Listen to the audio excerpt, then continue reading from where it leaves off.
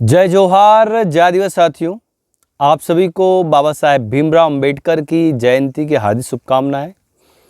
आज हम लोग देखेंगे कि बाबा साहेब भीमराव अंबेडकर ने आदिवासी समाज के हक अधिकारों के लिए क्या क्या प्रावधान संविधान में रखे हैं। अगर हम लोग बाबा साहेब भीमराव अंबेडकर के बारे में देखें तो उन्होंने पर्टिकुलर एक वर्ग के लिए प्रावधान संविधान में नहीं रखे। उन्होंने हर वर्ग के लिए प्रावधान रखे, चाहे वो महिलाएं हों, चाहे वो आदिवासी हो, चाहे वो अनुसूचित जाति के समाज के लोग हो, या फिर चाहे वो मुस्लिम हो, या फिर चाहे वो कोई भी वर्ग हो, सभी के लिए संविधान में बाबा साहेब भीमराव अंबेडकर ने उसमें प्रावधान रखे हैं। अगर हम लोग देखें कि बाबा साहेब भीमराव अंबेडकर ने क्या क्या प्रावधान आदिवासियों के लिए रखे हैं, तो भारतीय संविधान का भाग 3 जो है वो मौलिक अधिकार के बारे में बताता है। और इन्हीं मौलिक अधिकारों में अगर हम लोग देखें तो अनुच्छेद 15 जो है वो ये कहता है कि किसी भी व्यक्ति के साथ में धर्म, जाति, लिंग, मूल, वंश और जन्म स्थान के आधार पर भेदभाव नहीं होगा। तो इसी के सब क्लॉज में 15(4) में यह प्रावधान दिया गया है कि जो वर्ग पिछड़े हैं उन वर्ग के लिए अलग से प्रावधान किए जा सकते हैं। ये कहता है अनुच्छेद 15(4), अर्थात आदिवासियों के लिए अलग से स्कॉलरशिप व्यवस्था, आदिवासियों के लिए अलग से छात्रावास व्यवस्था, आदिवासियों के लिए आवास व्यवस्था, आवास भत्ता जो मिलता है वो व्यवस्थाएं। तो ये सभी चीज़ें जो हैं वो भारतीय संविधान के अनुच्छेद 15(4) के तहत मिलती है। आगे अगर हम लोग देखें तो अनुच्छेद 15(5) जो है उसमें स्पष्ट तौर पर बताया गया है कि भारत देश के जो भी पिछड़े वर्ग जो है उनके लिए शैक्षणिक आरक्षण किया जा सकता है। यह व्यवस्था जो मिलती है वो 15(5) में मिलती है शैक्षणिक आरक्षण की, अर्थात अनुसूचित जाति, जनजाति और अन्य पिछड़ा वर्ग के लिए अलग से प्रावधान किए जा सकते हैं, अलग से आरक्षण व्यवस्थाएं दी जा सकती है शैक्षणिक संस्थानों में। तो यह व्यवस्था जो बताई गई है वो अनुच्छेद 15(5) में दी गई है। और उसके बाद में फिर अगर हम लोग देखें तो अगला जो अनुच्छेद है वो है 16(4). 16(4) जो 16 जो है वो ये बताता है कि जितने भी सरकारी नियोजन जो होंगे उन सभी में सभी को बराबर का अवसर प्रदान किया जाएगा सरकारी नियोजनों में भर्ती के लिए। तो उसी के 16(4) में यह प्रावधान दिया गया है कि जो भी वर्ग शैक्षणिक तथा सामाजिक रूप से जो पिछड़े हैं, जिनका प्रतिनिधित्व उच्च आसीन पदों तक नहीं पहुंच पाया है, उन्हें अलग से आरक्षण की व्यवस्थाएं की जा सकती है। यह व्यवस्था जो है वो 16(4) में दी गई है। फिर अगर हम लोग बोलें तो अगला अगर हम लोग देखें तो हम लोग बोल सकते हैं कि अनुच्छेद 19 जो है, जो कि हमें स्वतंत्रता देता है, अभिव्यक्ति की स्वतंत्रता,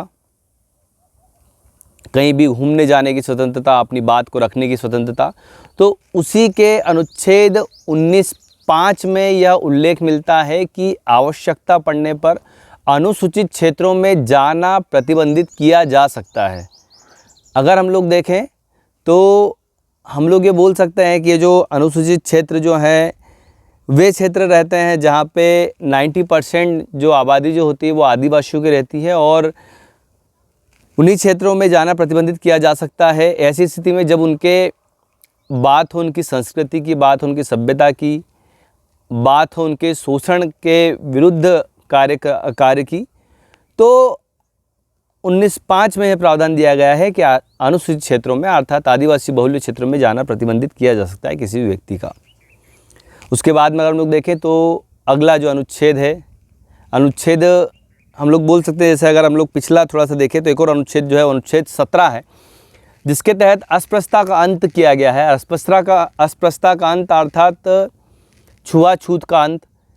अर्थात किसी भी व्यक्ति के साथ में छुआछूत नहीं बरती जा सकती, किसी भी व्यक्ति के साथ में छुआछूत नहीं किया जा सकता, या फिर किसी भी व्यक्ति को जाति सूचक गाली नहीं दी जा सकती। यही जो मौलिक अधिकार जो है वो अनुच्छेद 17 के तहत दिए गए हैं। और फिर अगला हम लोग देखें कि अनुच्छेद 21 जो है उसमें बताया गया है प्राण एवं दैहिक स्वतंत्रता, अर्थात प्रत्येक व्यक्ति को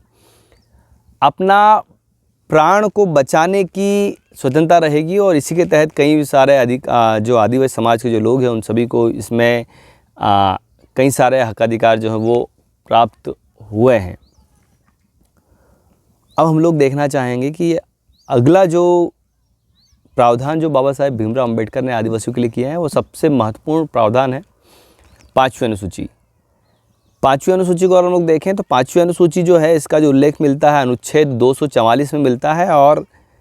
अनुसूचियों में 5वीं अनुसूची बना के इसमें जो अनुसूचित क्षेत्र के जो प्रावधान रहेंगे, जैसे कि अनुसूचित क्षेत्र में जो 20 सदस्यीय ट्राइबल एडवाइजरी कमेटी का गठन होगा, तो ये सब चीज़ें जो प्रावधान जो बताए गए हैं 5वीं अनुसूची में बताया गया और 5वीं अनुसूची का जो उल्लेख मिलता है अनुच्छेद 244 में मिलता है। तो बाबा साहेब भीमराव अंबेडकर ने ये जाना कि आदिवासी समाज के जो लोग होते हैं उनकी जो संस्कृति अलग होती है, उनकी सभ्यता अलग होती है, इसी कारण से उन्होंने अलग से व्यवस्थाएं दी गई और 5वीं अनुसूची का प्रावधान और 6ठी अनुसूची का प्रावधान किया गया। 6ठी अनुसूची जो है वो अमी मैत्री अर्थात असम, मिजोरम, मेघालय और त्रिपुरा वाले जो क्षेत्र, त्रिपुरा जो राज्य है वहाँ पर लागू होगी और 5वीं अनुसूची जो लागू होगी वो भारत देश के उन क्षेत्रों में लागू होगी जहाँ पर आदिवासी 90% है। अगर हम लोग बोले तो हम लोग बोल सकते हैं कि मध्य प्रदेश के बड़वानी, झाबुआ, खरगोन, अलीराजपुर, धार, उसके बाद में हम लोग बोल सकते हैं मंडला, बालाघाट, सीधी, सिंगरौली, शहडोल वाला जो एरिया है, ये वाला जो एरिया है हम लोग बोल सकते हैं पूर्वी मध्य प्रदेश वाला एरिया और पश्चिमी मध्य प्रदेश वाला एरिया। तो यहाँ पर यह अनुसूची लागू होती है, 5वीं अनुसूची लागू होती है। तो इसका भी प्रावधान जो है बाबा साहेब भीमराव अंबेडकर ने संविधान में किया है। अगला जो अनुच्छेद है वो है 338। इसमें अनुसूचित जनजाति आयोग का उल्लेख मिलता है अनुच्छेद 38 में और इसी के तहत जो आदिवासी समाज का विकास किस तरीके से किया जा सकता है, विकास में कैसे सहायता की जा सकती है, आदिवासी समाज के जो विद्यार्थी जो पढ़ रहे हैं उन विद्यार्थियों को कैसे सपोर्ट किया जा सकता है, तो इन सभी चीज़ों को सपोर्ट करने के लिए अलग से आयोग की भी स्थापना अनुच्छेद 338 के तहत की गई है। तो ये सभी चीज़ें जो हैं वो बाबा साहेब भीमराव अंबेडकर ने आदिवासी समाज के लिए करी है और मेरा मानना ये है कि अगर असल में कोई भगवान है तो वो बाबा साहेब भीमराव अंबेडकर ही आदिवासी समाज के लिए होना चाहिए, क्योंकि उन्होंने आदिवासियों को वो हक दिलाया जिस हक के लिए वो कई वर्षों से मौजूदा जो भी राजा हुआ करते थे, मौजूदा जो भी सरकारें हुआ करती थी,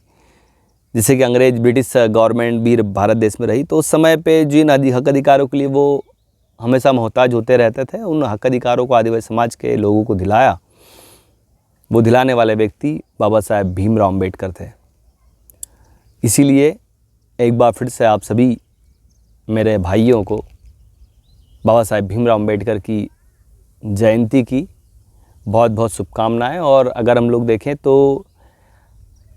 बाबा साहेब भीमराव अंबेडकर का जो जन्म हुआ था वो हुआ था 14 अप्रैल 1891 में और